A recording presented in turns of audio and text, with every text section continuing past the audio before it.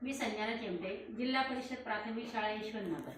आमच्या शाळेमध्ये निरंतर वाचन हा उपक्रम चालू आहे आणि त्या अंतर्गत आम्ही वेगवेगळ्या प्रकारच्या गोष्टीच्या पुस्तकांचे नेहमी वाचन करतो. त्या गोष्टीच्या पुस्तकाच्या वाचनामुळे मुलांना अनेक प्रकारचा फायदा झालेला आहे. चांगल्या प्रकारची त्यांना माहिती तर मिळतेच, पण त्यातून आपण त्यांच्याशी संवाद साधूया.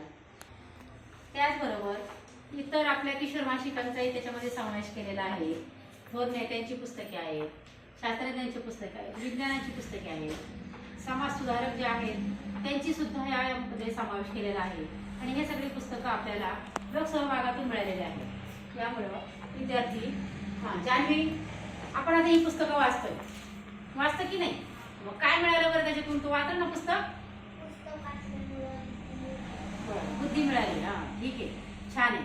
शर्वरी, आता हे सगळ्या प्रकारच्या पुस्तकातून आवडणारी पुस्तके, वेगवेगळे पुस्तकं वाचलेले आहेत, तर तुला काय फायदा झाला बरं? आता तू वाचलेलं पुस्तक कोणतं आहे? गोष्टी गमतीच्या. काय फायदा झाला बरं त्याच्यातून? तिला वाचण्याची तुला आवड निर्माण झाली. म्हणजे पहा, एक वाचत गेलं की आणखी आवड निर्माण होते. आरुषी, तू सांग बरं, तू वाचलेलं पुस्तक कोणतं आहे? खाली कोणतं आहे? बिरबलाच्या गोष्टी.